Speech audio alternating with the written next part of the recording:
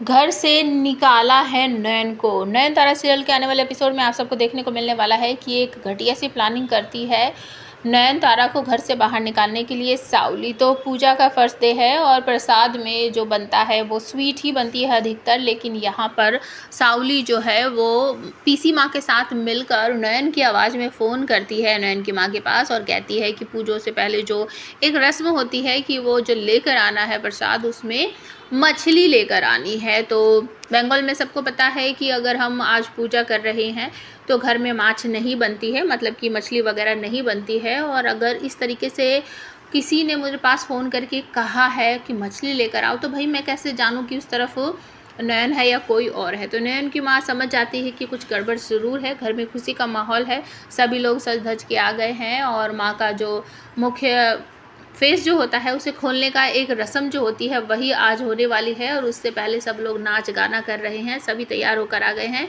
और घर की जो बहू होती है उसके मायके से इस तरीके का कुछ रस्म के तौर पर एक प्रसाद जैसा आता है। तो बाबा जो है सूरजो के वो कहते हैं कि नयन बहू देखो तुम्हारी माँ के घर से क्या आया है, वो लेकर तो आओ। तो जैसे ही उसे लेकर आते हैं ना, और सावली तो ऊपर खड़ी रहती है, तो उसके अंदर से ना मछली निकलती है।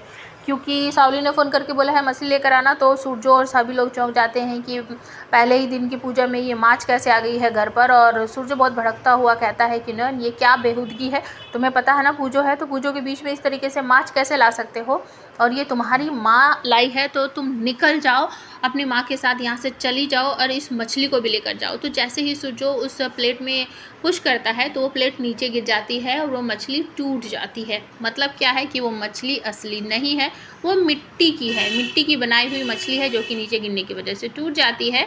और ऊपर खड़ी सावली ये सब देखकर डर जाती है कि भाई इसने तो मेरा पासा ही पलट दिया। इससे पहले दोनों के बीच में बहस होती है, सावली और नयनतारा के बीच में। नयनतारा खुले तौर पर चुनौती देती है कि मैं देखती हूँ आप कैसे आओगी पूजो। सावली कहती है तुम देखती रह जाओगी, मैं पूजो में भी आऊँगी और मुझे कोई नहीं रोक पाएगा। तो नयन कहती है मुझे भी तो वही देखना है कि एक चुड़ैल कैसे माँ का सामना कर पाती है। तो आप हमें कमेंट करके बताओ, क्या ये पूजा शांतिपूर्वक तरीके से गुजर जाएगी, बीत जाएगी, या फिर सावली इस घर से इसी पूजा के बीच में चलती बनेगी? प्लीज़ कमेंट करके ज़रूर बताना।